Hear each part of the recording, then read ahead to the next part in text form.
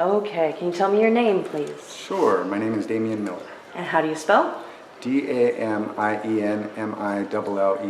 And where do you live? Kahukai Street in Leilani Estates. Okay, you have a story to tell us about the night of the storm? A brief one. Obviously it was quite hectic the evening that it came in. I've got 5 kids in the house. We're all somewhat excited about the windstorm. And so we were glancing out one of the windows facing geothermal down below us, and it's actually our bedroom window. And so we know the direction of geothermal, and we're used to seeing the glowing orange light down that way and stuff. And we have had fumes from geothermal in the past. But anyway, this evening, it was about 7:26 p.m. Thursday, and we're all looking out the window amazed on how the trees are starting to blow around, and all of a sudden we just see this explosion. It covered about a quarter of our view as we're looking down there, but it was definitely an explosion of some sort.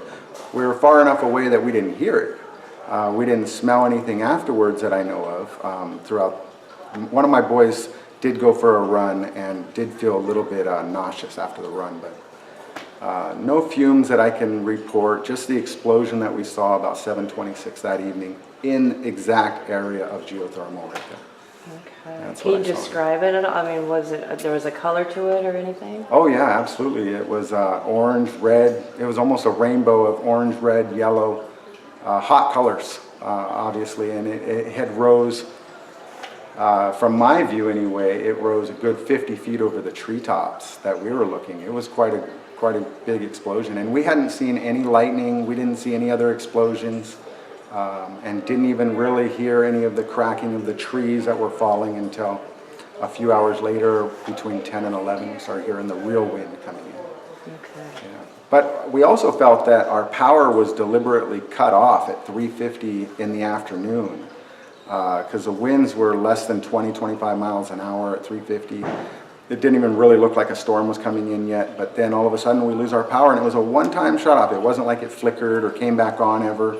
It was just shut off well before the storm came in, or well before anybody else even had their power cut off. Now apparently later in the evening, one of my friends came out and had mentioned that Leilani was supposed to be evacuating, and he was wondering if I was evacuating. I had no idea that any of this was happening at all at the time. So not only were we uninformed that there was possibly an evacuation, because maybe it was something to do with that explosion, we're not so sure, but we didn't get any kind of messages, except for friends that relayed it. Okay. So that's my story to it. All right. And then I felt a little bit of frustration. Actually, my wife and I felt frustration due to the whole voting process. We were planning on voting on Friday, but we had to chainsaw our way out on Friday morning. It took several hours. Very frustrating morning with the kids and the whole work out there on the road. And every time I go to turn on the radio, our only radio would happen to be in the car. So I have to excuse myself for 15-20 minutes at a time, chaotic house, go out there. And all I could hear was Brian Schatz, vote for Brian Schatz, vote for Hanabusa, vote, please come out and vote this and that. But I couldn't hear any news about what we might or should be doing at this time. Should we be evacuating? Was there a geothermal leak? There was nothing.